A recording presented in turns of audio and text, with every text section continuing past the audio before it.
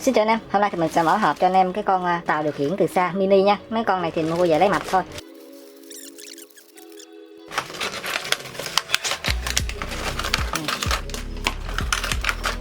Mấy con siêu mini này, nhỏ xíu xìu siêu luôn. Mua về lấy mạch để chế nha. Trên đây là lỗ sạc này. Ở đây các bạn sẽ có thêm một cái, đó là dây sạc. Rồi, tay điều khiển ở đây. Nó không có xài công tắc anh em ạ. Ở đây nó có hai cái chấu này. Khi xuống nước hai cái chấu này chạm vào nhau thì nó sẽ bật cái con thuyền này lên.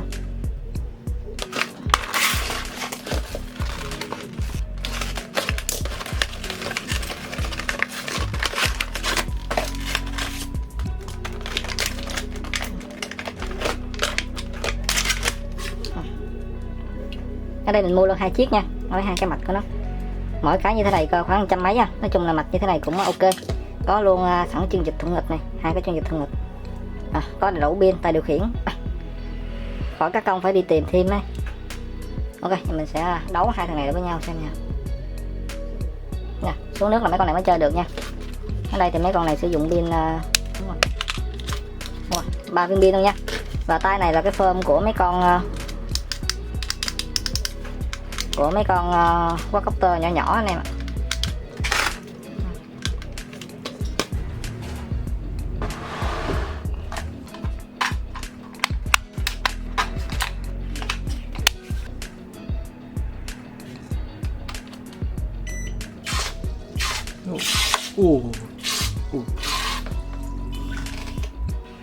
Rồi, ở tay điều khiển này chúng ta sẽ có một số nút như sau nha. Ở đây các bạn sẽ có nút A, B. Cái này là điều chỉnh tốc độ của thuyền nha, mất tốc độ nhanh chậm, tiến này, lùi này, trái phải.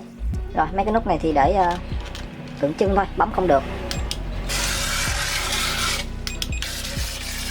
Này, chậm lại này, nhanh này, chậm này.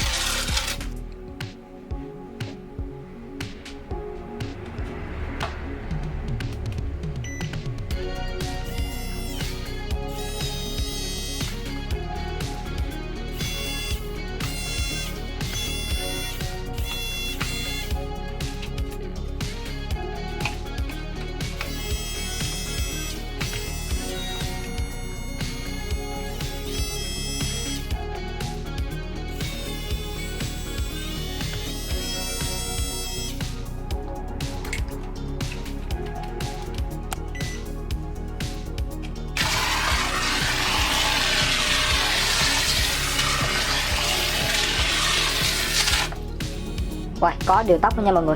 Đây, từ từ lên này. Điều tốc là nhanh chậm ấy.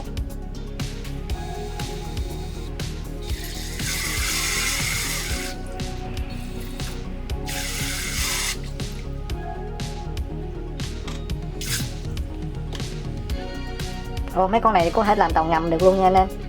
Đây, mọi người thấy là mình nhâm xuống dưới tay này rồi vẫn có thể điều khiển được nha. Đây, vẫn nhận sóng này.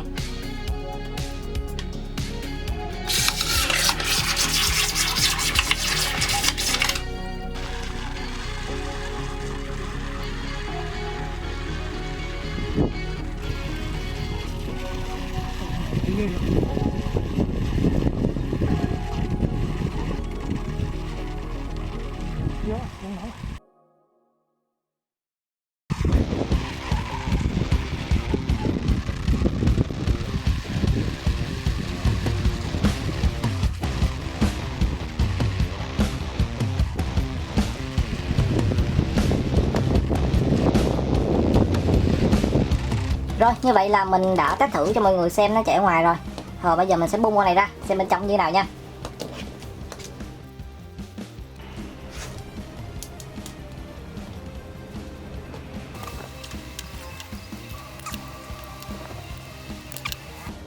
Đây, cho thêm keo này.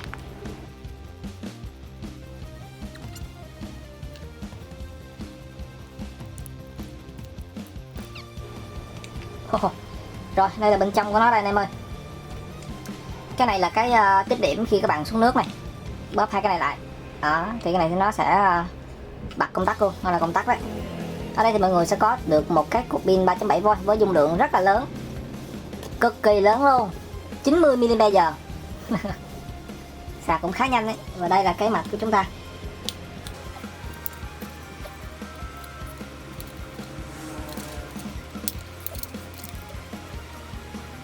Wow, tôi lỡ tay làm đứt cái con led luôn anh em ơi.